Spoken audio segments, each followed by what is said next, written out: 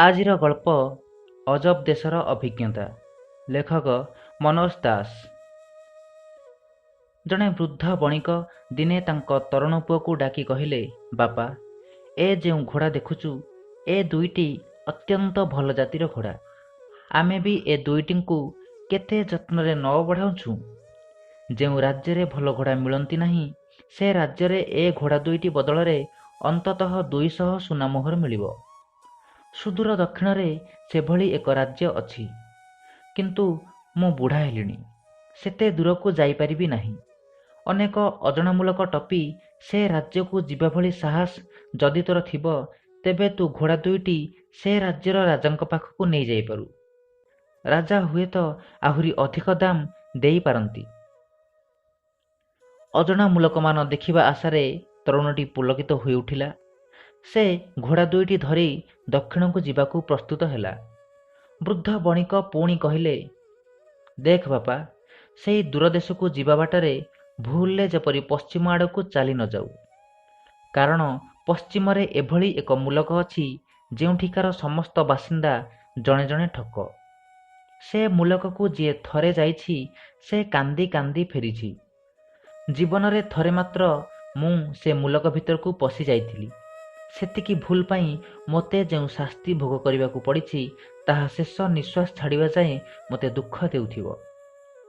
ବଣିକଙ୍କ ଦୁଃଖର ହେତୁ ଜାଣିବା ପାଇଁ ପୁଅ ଜିଗର ଲଗାଇଲା। ବଣିକ କହିଲେ, ତୁ ଖୁବ୍ ଛୋଟ ଥିବାବେଳେ ତୋର ଜଣେ ବଡ଼ ଭାଇ ସହିତ ଖେଳୁଥିଲୁ, ସେ କଥା ମନେ ଅଛି? 15 ବର୍ଷ ତଳେ ମୁଁ ଥରେ ବଣିଜ ପାଇଁ ବାହାରି ଗଲାବେଳେ ମୋର ସେଇ ପୁଅକୁ ସାଥିରେ ନେଇଗଲି। ଭାବିଥିଲି ବାଳୁତ କାଳରୁ ଦେଶ ବିଦେଶ ବୁଲାବୁଲି କଲେ ତା ବୁଦ୍ଧି ବଢ଼ିବ। ବଣିଜ ଶେଷ କରି ଦେଶକୁ ଫେରିବା ବାଟରେ ଦୈବାତ୍ ଦିନେ ବେଳବୁଡ଼ ସରିକି ଆମେ ଯାଇ ଏକ ଅଜଣା ମୁଲକରେ ପହଞ୍ଚିଲୁ। ସେଠାକାର ଲୋକମାନଙ୍କର କଥାବାର୍ତ୍ତା ଢଙ୍ଗଢାଙ୍ଗରୁ ମୁଁ ଅନୁମାନ କଲି ଯେ, ଯେଉଁ ଠକ ମୁଲକ କଥା ମୁଁ ବହୁତ ଦିନରୁ ଶୁଣିଛି, ତାହା ସେହି ମୁଲକ। ଯାହା ହେଉ, ସକାଳ ହେବା ମାତ୍ରେ ମୁଁ ସେ ମୁଲକ ଛାଡ଼ି ଚାଲିଯିବାକୁ ସ୍ଥିର କରି ରାତିକ ଆମେ ଗୋଟିଏ ଚଟିଘରେ ରହିଲୁ।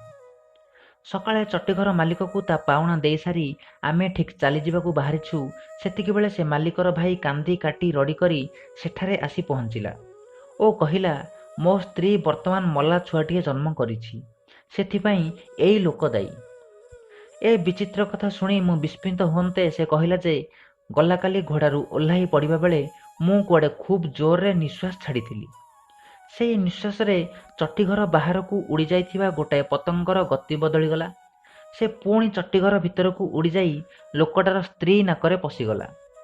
ଫଳରେ ସ୍ତ୍ରୀ ଲୋକଟି ଛିଙ୍କି ପକାଇଲା। ତାହାଦ୍ୱାରା ତା ପେଟରେ ଥିବା ପିଲାଟି ମରିଗଲା। ସକାଳେ ସେହି ମଲା ପିଲାଟି ଜନ୍ମ ହୋଇଥିଲା। ଏଭଳି ଉଦ୍ଭଟ ଅଭିଯୋଗର କ'ଣ ଉତ୍ତର ଦିଆଯାଇପାରେ? ମୁଁ କ'ଣ କରିବି, କିଛି ସ୍ଥିର କରିବା ପୂର୍ବରୁ ଅନେକ ଲୋକ ଆସି ସେଠାରେ ଜମା ହୋଇଗଲେ। ସେମାନେ ସମସ୍ତେ ସେହି ଲୋକଟାକୁ ସମର୍ଥନ କରି ମୋତେ ଦୋଷ ଦେବାକୁ ଲାଗିଲେ। ମୋର ବୁଦ୍ଧି ବଣା ହୋଇଗଲା। ସେମାନେ କହିଲେ, ମୁଁ ଯେହେତୁ ସେମାନଙ୍କର ଗୋଟାଏ ଶିଶୁର ମୃତ୍ୟୁ ପାଇଁ ଦାୟୀ, ତେଣୁ ମୋ ପୁଅକୁ ସେମାନଙ୍କୁ ଦେଇଦେବାକୁ ପଡ଼ିବ। ସେମାନେ ବଳପୂର୍ବକ ମୋ ପୁଅକୁ ଛଡ଼ାଇ ନେଲେ। ମୁଁ କିଛି କରି ନ ପାରି ଫେରି ଆସିଲି। ହାୟ, ଆଜି ପର୍ଯ୍ୟନ୍ତ ମୋ ପୁଅ ସେମାନଙ୍କ ଦାସ ହୋଇ ଖଟୁଥିବ। ଏକଥା କହିସାରି ବଣିକ କାନ୍ଦି ପକାଇଲେ। ତରୁଣଟି ତା ନିଜ ବିସ୍ମୟ ଓ ଦୁଃଖ ଗୋପନ ରଖି କହିଲା, ବାପା, ତୁମେ ନିଶ୍ଚିନ୍ତ ରୁହ, ମୁଁ କଦାପି ସେ ମୁଲକକୁ ଯିବି ନାହିଁ। ତହିଁ ପରଦିନ ତରୁଣଟି ଘୋଡ଼ା ଦୁଇଟାକୁ ଧରି ସୁଦୂର ଦକ୍ଷିଣକୁ ଯାତ୍ରା କଲା। 2 ଦିନ ପରେ ସେ ଆସି ଗୋଟାଏ ନଈକୂଳରେ ପହଞ୍ଚିଲା। ନଈରେ ଆସିଥିଲା ବନ୍ୟା। ନାଉରୀ ତ ଛୋଟିଆ ନାଆରେ ଏଡ଼େ ବଡ଼ ବଡ଼ 2ଟା ଘୋଡ଼ାଙ୍କୁ ପାରି କରିବାକୁ ରାଜି ହେଲା ନାହିଁ। ସେ କହିଲା ଯେ, କିଛି ଦୂର ପଶ୍ଚିମରେ ଆଉ ଗୋଟିଏ ଘାଟ ଅଛି, ସେ ଘାଟର ନାଁ ବଡ଼। ଘୋଡ଼ା ଦୁଇଟିକୁ ସେଠାରେ ପାରି କରିବା ସହଜ ହେବ। ତରୁଣ ଅଗତ୍ୟା ପଶ୍ଚିମ ମୁହାଁ ହୋଇ ଚାଲିଲା। ବାଟରେ ହେଲା ବର୍ଷା। ଆଗରେ କୌଣସି ଆଶ୍ରୟ ପାଇବାର ଆଶା କରି ସେ ଶୀଘ୍ର ଶୀଘ୍ର ଯିବାକୁ ଲାଗିଲା। କିଛି ଦୂର ଯିବା ପରେ ଗୋଟାଏ ପାହାଡ଼ ସେପାରିରୁ ଧୂଆଁ ଉଠୁଥିବାର ଦେଖାଗଲା।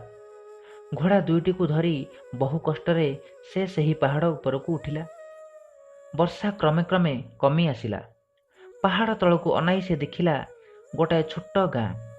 ସେ ବହୁତ ପଶ୍ଚିମକୁ ଚାଲି ଆସିଥିଲା। ତେଣୁ ସେ ଗାଁଟି ସେହି ଠକ ମୂଲକର ଗୋଟାଏ ପ୍ରାନ୍ତ ହୋଇଥିବ ବୋଲି ସେ ଅନୁମାନ କଲା। ତେଣୁ ଗାଁ ଭିତରକୁ ନ ଯାଇ ସେ ଲେଉଟି ଯିବାକୁ ସ୍ଥିର କଲା। ତେବେ ସେ ମୂଲକର ଲୋକେ ଦେଖିବାକୁ କିପରି ତାହା ଜାଣିବାକୁ ବହୁତ କୌତୂହଳ ହେବାରୁ ସେ ଟିକିଏ ଝୁଙ୍କି ପଡ଼ି ତଳକୁ ଅନାଇଲା। ସେ ଯେଉଁ ପଥରଟି ଉପରେ ଗୋଡ଼ ଦେଇଥିଲା ହଠାତ୍ ତାହା ଖସିଗଲା। ସେ ଗଡ଼ି ଗଡ଼ି ତଳକୁ ଯାଇ ସେହି ଗାଁ ଭିତରେ ପଡ଼ିଲା। ଘୋଡ଼ା ଦୁଇଟି ଡେଇଁ ଡେଇଁ ଯାଇ ତା ପାଖରେ ଛିଡ଼ା ହେଲେ। କିଛି ଦୂରରୁ ଏ ଦୃଶ୍ୟ ଦେଖୁଥିବା ବୁଢ଼ା ଲୋକଟାଏ ତରୁଣ ପାଖକୁ ଦୌଡ଼ି ଆସିଲା। ତରୁଣ ଉଠି ଛିଡ଼ା ହେଲା। ଭାଗ୍ୟକୁ ତା ଦେହରେ ବିଶେଷ କୌଣସି ଆଘାତ ଲାଗିନଥିଲା। କେବଳ ବେଙ୍ଗଟାଏ ତା ପିଠି ତଳେ ଚାପା ପଡ଼ି ମରିଯାଇଥିଲା। ବୁଢ଼ାଟି ଦୌଡ଼ି ଆସିବାର ଦେଖି ତରୁଣ ଖୁସି ହେଲା। ସେ ଭାବିଲା, ଏଇ ଠକ ଦେଶରେ ବି ଅନ୍ୟ ପ୍ରତି ସହାନୁଭୂତି ଦେଖାଇଲା ଭଳି ଲୋକ ଅଛନ୍ତି। ସେ ବୁଢ଼ାକୁ ଧନ୍ୟବାଦ ଦେବାକୁ ଯାଉଛି, ଏତିକିବେଳେ ମଲା ବେଙ୍ଗଟି ଆଡ଼କୁ ଅନାଇ ବୁଢ଼ା ଚିତ୍କାର କରି ଉଠିଲା, ହାୟ ହାୟ, ମୋ ପୁଅର ହେଲା କ'ଣ? ହାୟ ହାୟ, ମୁଁ କରିବି କ'ଣ? ମୋ ବେଙ୍ଗକୁ କାହୁଁ ଫେରି ପାଇବି? ବୁଢ଼ାର ଚିତ୍କାର ଶୁଣି ବହୁତ ଲୋକ ସେଠାରେ ଜମା ହୋଇଗଲେ। ବୁଢ଼ା ଓ ସେମାନଙ୍କ ଭିତରେ ଇଙ୍ଗିତରେ କ'ଣ କଥାବାର୍ତ୍ତା ହୋଇଗଲା। ସେମାନେ ତରୁଣକୁ କହିଲେ ଯେ ପିଲାପିଲି ନଥିବା ବୁଢ଼ାଟି ସେହି ବେଙ୍ଗକୁ ନିଜର ପୋଷ୍ୟପୁତ୍ର କରିଥିଲା। ବାପା ପ୍ରତି ସେହି ଗୃହପାଳିତ ବେଙ୍ଗର ଶ୍ରଦ୍ଧାଭକ୍ତି କଥା ନ ଜାଣେ କିଏ? ପୋଷ୍ୟପୁତ୍ରର ଅକାଳ ମୃତ୍ୟୁରେ ବୁଢ଼ାଟି ଯେ ଅତ୍ୟନ୍ତ ମୁହ୍ୟମାନ ହେବ ତଥା ସେହି ସବୁଠୁ ଗୁଣବାନ ବେଙ୍ଗର ଆକସ୍ମିକ ବିୟୋଗରେ ମୂଲକଯାକର ଲୋକେ ଯେ ଶୋକ କରିବେ, ଏଥିରେ ବା ସନ୍ଦେହ କ'ଣ? ଚାହୁଁ ଚାହୁଁ ବୁଢ଼ାଟି ସହିତ ପାଳି ଧରି ଅନ୍ୟ କେତେଜଣ ବି କାନ୍ଦିବାକୁ ବସିଗଲେ। ତରୁଣଟି ବାଉଳା ହୋଇଗଲା। ସେ ସେହି ମୁହୂର୍ତ୍ତରେ ସେ ମୂଲକ ଛାଡ଼ି ପଳାଇ ଯିବାକୁ ଚାହୁଁଥିଲା। ବୁଢ଼ାଟି କ'ଣ ପାଇଲେ ତା ଦୁଃଖ ଭୁଲିଯିବ ବୋଲି ସେ ପଚାରିବା କ୍ଷଣି ବୁଢ଼ା ପାଟି କରି କହିଲା, ତୋ ଘୋଡ଼ା ଦୁଇଟିରୁ ଗୋଟିଏ ମୋତେ ଦେଇଯା। ତରୁଣଟି ଗଭୀର ଦୁଃଖରେ କହିଲା, ଗୋଟାଏ ବେଙ୍ଗ ପାଇଁ ମୋତେ ଗୋଟାଏ ଘୋଡ଼ା ଦେବାକୁ ପଡ଼ିବ? ତାହା ଶୁଣି ବୁଢ଼ା ଆହୁରି ରାଗିଯାଇ ପାଟି କଲା, କ'ଣ ହେଲା? ମୋ ପୁଅ ବଦଳରେ ମୁଁ ଗୋଟାଏ ଘୋଡ଼ା ଦାବି କରିବାରେ ତୋତେ ଏଡ଼େ ଆଶ୍ଚର୍ଯ୍ୟ ଲାଗୁଛି? ବୁଢ଼ା ଠକକୁ ଘୋଡ଼ାଟିଏ ନ ଦେଇ ତରୁଣର ଆଉ କିଛି ଉପାୟ ନଥିଲା। ବଡ଼ ବିମର୍ଷ ମନରେ ସେ ବାକି ଘୋଡ଼ାଟି ଧରି ଗାଁ ବାହାରକୁ ଗଲା। ପୁଣି ପାହାଡ଼ ଚଢ଼ିବା ଭଳି ବଳ ବା ଉତ୍ସାହ ତାର ନଥିଲା। ଅନ୍ୟପଟକୁ ବାହାରି ଯିବା ପାଇଁ କେଉଁଠି ରାସ୍ତା ଥିବ ବୋଲି ଆଶା କରି ସେ ପାହାଡ଼ ତଳେ ତଳେ ଚାଲିବାକୁ ଲାଗିଲା। କିଛି ସମୟ ପରେ ସେ ଆଉ ଗୋଟିଏ ଗାଁରେ ଆସି ପହଞ୍ଚିଲା। ସେତେବେଳକୁ ତାକୁ ବହୁତ ଭୋକ ଓ ଶୋଷ କରୁଥାଏ। ରାସ୍ତାକଡ଼ରେ ଥିବା ଗୋଟାଏ ଘର ଆଗରେ ଛିଡ଼ା ହୋଇ ସେ ବାରନ୍ଦାରେ ବସିଥିବା ଗୋଟାଏ ଲୋକକୁ କିଛି ଖାଦ୍ୟ ଓ ପାଣି ପାଇଁ ଅନୁରୋଧ କଲା। ସେ ଲୋକଟିର ଗୋଟାଏ ଆଖି ନଥିଲା। ସେ କହିଲା, ମୁଁ କିଛି ଖାଦ୍ୟ ଅବଶ୍ୟ ଦେଇପାରିବି ନାହିଁ, ତେବେ ପ୍ରଚୁର ପାଣି ଦେବି। ପେଟଟା କେମିତି ପୂରିବ ସେଇଟା ହେଲା କଥା, ନୁହେଁ କି? ଖାଦ୍ୟରେ ହେଲା ବା ପାଣିରେ ହେଲା, ସେଥିରେ କ'ଣ ଯାଏ ଆସେ? ଲୋକଟି ଏହା କହି ପାଣି ଆଣିଦେଲା। ତରୁଣ ପାଣି ପିଇ ସାରି ଲୋକଟିକୁ ଧନ୍ୟବାଦ ଦେଇ ଚାଲିଯିବାକୁ ବାହାରିବା ବେଳେ ଲୋକଟି ସେ କେଉଁ ଦେଶରୁ ଆସିଛି ତାହା ଜାଣିବାକୁ ଚାହିଁଲା। ତରୁଣ ତାହା କହିବା ପରେ ଲୋକଟି ତା ବାପାଙ୍କ ନାମ ପଚାରିଲା। ତରୁଣ ଯେମିତି ତାହା କହିଛି, ଲୋକଟି ତା କହୁଣୀକୁ ଧରି ପକାଇ କହିଲା, ଏତେ ଦିନରେ ଧରା ପଡ଼ିଛୁ। ଶୁଣ ବାଳକ, 20 ବର୍ଷ ତଳେ ମୁଁ ଥରେ ତୋ ଦେଶକୁ ବେପାର କରିବାକୁ ଯାଇଥିଲି। ମୋ କପାଳ ମନ୍ଦ, ମୋ ଟଙ୍କା କଉଡ଼ି ଚୋରିଗଲା। ତୋ ବାପା ମୋତେ ଭଲ ଭାବରେ ଚିହ୍ନିଥିଲେ। ମୁଁ ତାଙ୍କୁ 2ଟି ମୋହର ଧାର ମାଗିଲି। ସେ କିନ୍ତୁ ବିନା ବନ୍ଧକରେ ଧାର ଦେବାକୁ ରାଜି ହେଲା ନାହିଁ। ବନ୍ଧକ ଦେବା ଭଳି କିଛି ଜିନିଷ ମୋ ପାଖରେ ନଥିଲା। ସେ କହିଲେ ଯେ ମୋ ଆଖି ଦୁଇଟିରୁ ଗୋଟିଏ ତାଙ୍କ ଜିମା ରଖିଦେଲେ ଚଳିବ।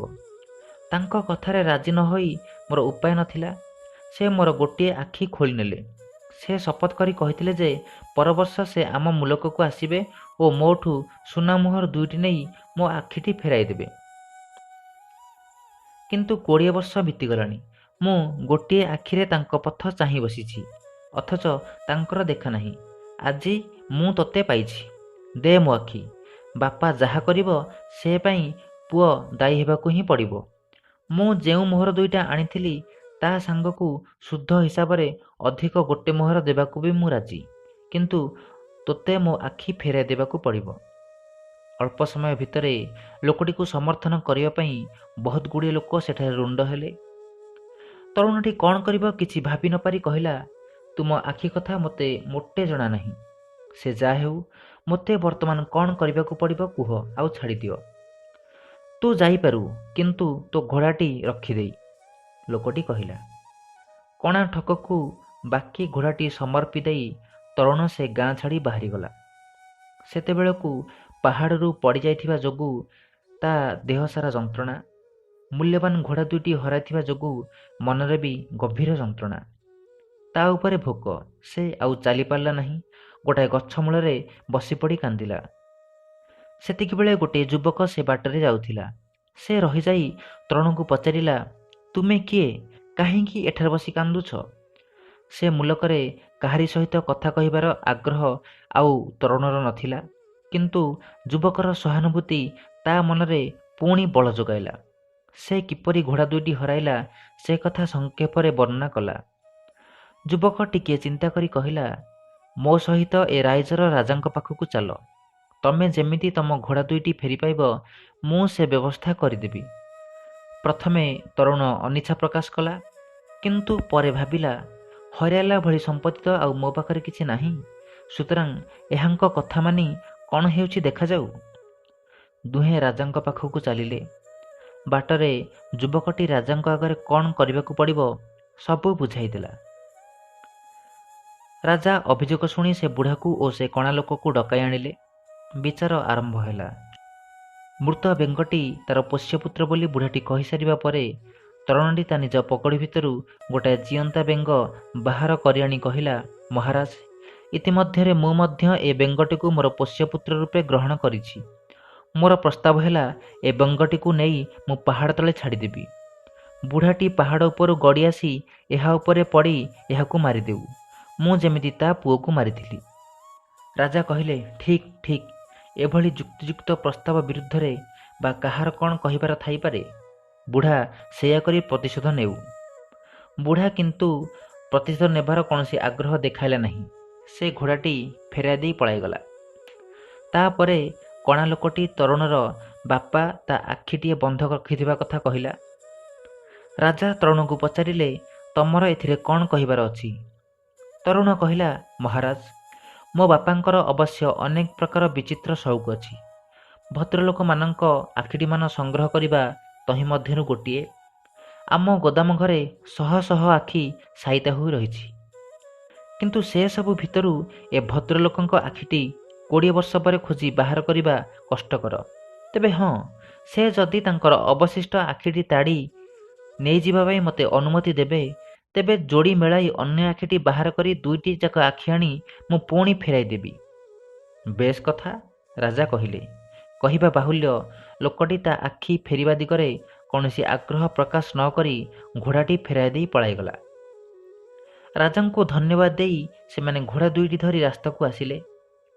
ଯୁବକଟି କହିଲା, ମୁଁ ତୁମ ସହିତ ଏ ରାଜ୍ୟ ସୀମା ପର୍ଯ୍ୟନ୍ତ ଯିବି। ତାହେଲେ ଆଉ କେହି ତମକୁ ହଇରାଣ କରିବାକୁ ସାହସ କରିବେ ନାହିଁ। ବାଟରେ ଚାଲୁ ଚାଲୁ ସେମାନେ ଦୁଃଖ ସୁଖ ହେଲେ। ଅଳ୍ପ ସମୟ ଭିତରେ ତରୁଣ ବୁଝିପାରିଲା ଯେ ସେ ଯୁବକଟି ଆଉ କେହି ନୁହେଁ, ତାହାରି ବଡ଼ ଭାଇ, ଯାହାକୁ ବାଳକ ଅବସ୍ଥାରେ ଠକମାନେ ତା ବାପାଙ୍କଠାରୁ ଛଡ଼ାଇ ନେଇଥିଲେ। ତାର ଖାଉନ୍ଦ ଖାଉନ୍ଦାଣୀ ଅଳ୍ପ ଦିନ ତଳେ ମରିଯାଇଥିଲେ। ସେ ମୁକ୍ତ ହୋଇ ତା ନିଜ ରାଜ୍ୟକୁ ଫେରିଯିବା ପାଇଁ ସୁଯୋଗ ଅପେକ୍ଷା କରୁଥିଲା। ଠକ ରାଜ୍ୟର ସବୁ ହାଲଚାଲ ସେ ଉତ୍ତମ ରୂପେ ଜାଣିଥିବା ହେତୁ ଅବଲୀଳାକ୍ରମେ ଘୋଡ଼ା ଦୁଇଟି ଉଦ୍ଧାର କରିପାରିଲା। ସେ ମୁଲକରୁ ବାହାରି ଯାଇ ଦୁଇ ଭାଇ ସୁଦୂର ଦକ୍ଷିଣ ଦେଶର ରାଜାଙ୍କୁ ଘୋଡ଼ା ଦୁଇଟି ଖୁବ୍ ଉଚ୍ଚ ମୂଲ୍ୟରେ ବିକ୍ରି କରି ଏକ ପକ୍ଷ ପରେ ଯାଇ ନିଜ ଘରେ ପହଞ୍ଚିଲେ। ସେମାନଙ୍କର ବୃଦ୍ଧ ବାପାଙ୍କର ମନେ ହେଲା ସେ ଯେପରି ପୃଥିବୀର ସବୁଠୁ ସୁଖୀ ଲୋକ। ଧନ୍ୟବାଦ।